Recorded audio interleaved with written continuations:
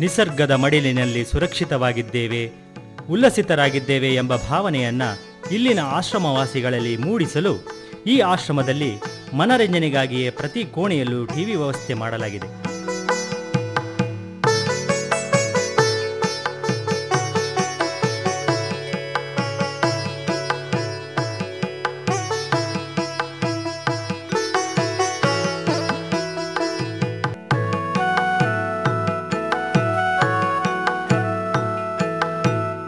ಚೆಲುವು ಸೂಸುವ ಬಗೆ ಬಗೆ ಬಣ್ಣದ ಸುಗಂಧಭರಿತ ಹೂಗಳ ಗಿಡಗಳು, ಸಂಜೆ ವಾಯುವಿಹಾರದ ಸಂದರ್ಭದಲ್ಲಿ ಸೇವಾ ಸಿಬ್ಬಂದಿ ನವಚೈತನ್ಯದ ವಯೋವೃದ್ಧ ಸದಸ್ಯರನ್ನ ಇಲ್ಲಿನ ಅಂಗಳದಲ್ಲಿರುವ ಕೈತೋಟಕ್ಕೆ ವಾಕ್ ಕರೆದುಕೊಂಡು ಬರುತ್ತಾರೆ.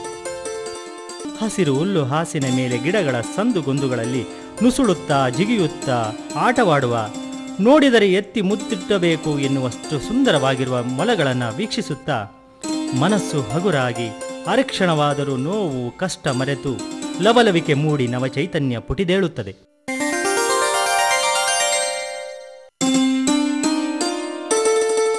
ತಮ್ಮ ತಮ್ಮ ಸ್ವಂತ ಮನೆಗಳಲ್ಲಿದ್ದರೆ ವಾಕಿಂಗಿಗೆ ಕರೆದುಕೊಂಡು ಹೋಗಿ ಎಂದು ಮಕ್ಕಳು, ಮೊಮ್ಮಕ್ಕಳು, ಸೊಸೆಯಂದಿರು, ಬಳಗದವರು ಯಾರಿಗಾದರೂ ಆಗಲಿ ದುಂಬಾಲು ಬೀಳಲೇಬೇಕು, ಒತ್ತಾಯ ಮಾಡಲೇಬೇಕು.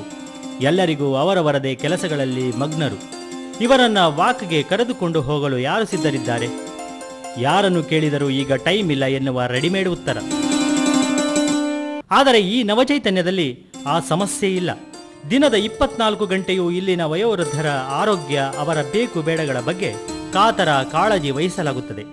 ನಮಗೆ ಟೈಮ್ ಇಲ್ಲ ಎಂದು ಯಾರೂ ಇಲ್ಲಿ ಹೇಳುವ ಹಾಗಿಲ್ಲ. ಯಾಕೆಂದರೆ ಇಲ್ಲಿರುವವರು ಎಲ್ಲರೂ ಸೇವಾ ಮನೋಭಾವದ ಹಿನ್ನೆಲೆಯಿಂದ ಬಂದವರೇ.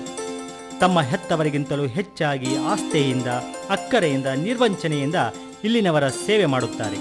ಆ ಬಗ್ಗೆ ಇಲ್ಲಿನ ಸೇವಾ ಸಿಬ್ಬಂದಿಗೆ ಧನ್ಯತಾ ಭಾವವಿದೆ.